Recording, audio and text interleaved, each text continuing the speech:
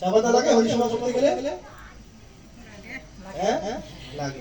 ও বলছে চা পাতা লাগে, 250 চা পাতা, 500 চিনি, মানে চা পাতা লাগে। একটা মেরি মেরি গুড়ের প্যাকেট, হ্যাঁ, তারপরে একটু সুন্দর মুখশুদ্ধি পান, একটু গুন্ডি জর্দা, হ্যাঁ, তারপরে মধু বিড়ি, রাজা বিড়ি, ভারত বিড়ি, কত ধরনের বিড়ি রয়েছে। এগুলো বাড়িতে রাখতে হবে নাকি? কেন বলছে না, কীর্তন গাবে আর মাঝে মাঝে তাদেরকে টিফিন দিতে হবে। তাদেরকে যারা কীর্তন করবে, তাহলে যারা কীর্তন করবে, আপনি বাড়িতে কীর্তন কেন দিচ্ছেন? বাড়িতে মানুষ কীর্তন কেন দেয়? বলুন বলুন, কেন দেয় কীর্তন? হ্যাঁ বলতে পারবেন কেন? হ্যাঁ, কীর্তন দেয় বাড়ির মঙ্গলের জন্য, যে আমার বাড়ির জন্য মঙ্গল হয়, ছেলে ছেলের জন্য মঙ্গল হয়, নাতি নাতনির জন্য মঙ্গল হয়, সেই কারণে কীর্তন দেয়।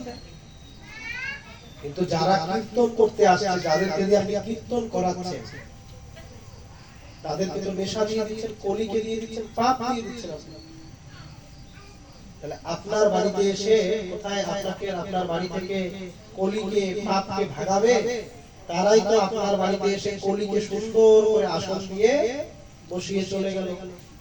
আর আপনি তো খুব সুন্দর ভাবে চিন্তা করছেন, বাবা বাবা কি সুন্দর গাইলো, তাই কি? চিন্তা করতে হবে। শাস্ত্র বলছে, আমি শাস্ত্রের কথা মানব কি মানবো না? শাস্ত্র বলছেন যে এই নেশার মধ্যে পাপ বাস করে, নেশার মধ্যে কলি বাস করে।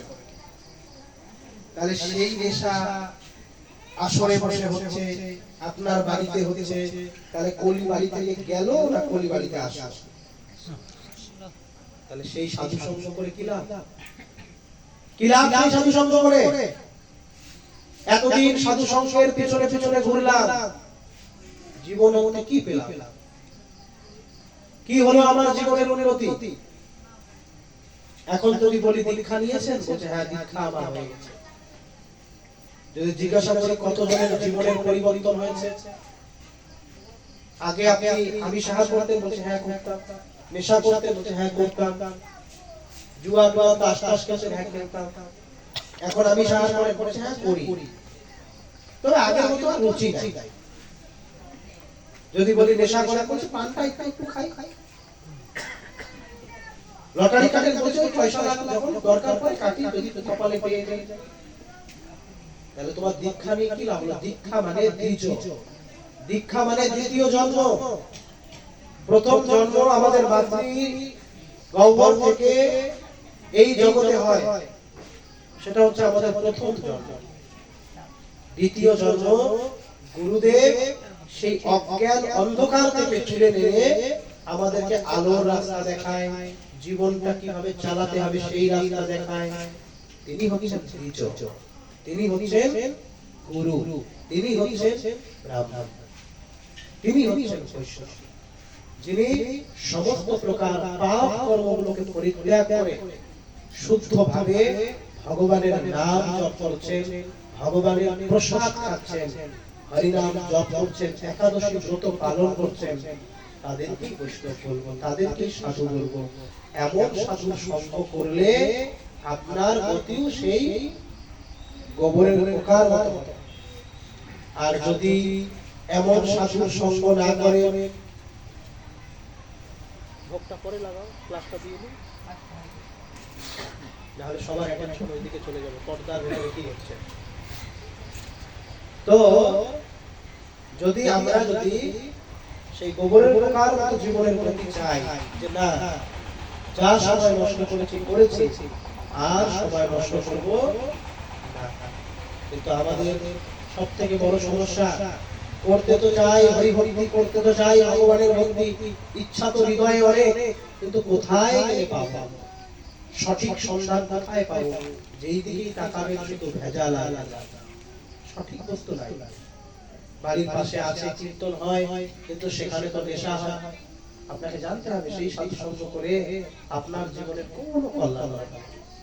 আমি আবার ব্যক্তিগত জীবনে আমি আমার ব্যক্তিগত জীবনে আমি 9টি জায়গা থেকে দীক্ষা গ্রহণ করেছিলাম। 9 জায়গা থেকে। কেন?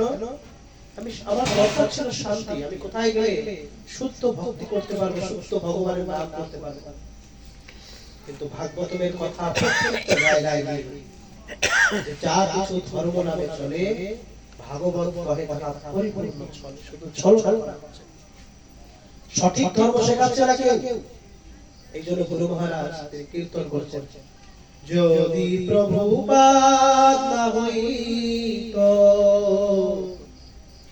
তবে কি হইত, এ জীবন বহিত কিসে, যদি প্রভুপাদ না হইত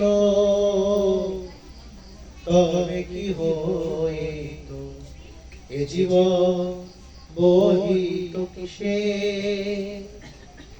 পাশ্চাত্যের যত পাপী দুরাচারী, শূন্যবাদী মায়া বাদী,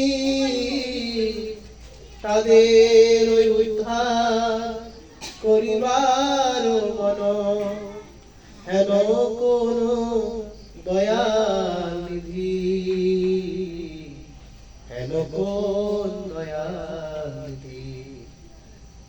প্রভুপাদ এই শুদ্ধ সংস্কারকে নিয়ে যে সমস্ত প্রকার কলির প্রবঞ্চনা থেকে মুক্ত হয়ে এই 4টি কলির পাপ কাজকে বর্জন করে আমরা এই জীবনে ভগবত ধাম যেতে পারবো। কিসের মাধ্যমে? সৎগুরুকে আশ্রয় করে। তাই আমাদের সমস্ত প্রকার গণধর্ম প্রসূত জল্পনা কল্পনা ভক্তিকে পরিত্যাগ করে শ্রীল প্রভুপাদ যে আদর্শ কৃষ্ণ ভক্তির পন্থা প্রদর্শন করেছেন, গৌড়ীয় গুরু পরম্পরা ধারায় যে সমস্ত বৈষ্ণব আচার্য যে আদর্শ ভক্তি করে তাদের জীবনকে উদ্ধার করেছেন, সেই পথে অগ্রসর হতে হবে। না হলে আমাদের ভগবত ভক্তি আমরা কোনোদিন ভগবানের কাছে ফিরে যেতে পারব না। কিন্তু দুর্ভাগ্য, কোন একজন ভক্ত যদি এই ভগবানের নাম গ্রহণ করেন, জপ নেয়, জপমালা নিয়ে মালা পড়ছে, কিন্তু তখনই আমাদের চোখে লেগে যায় যে আমি তো নিজে ভগবত ভক্তি করি না, আর যে করছে তাকেও করতে দিতে চাই।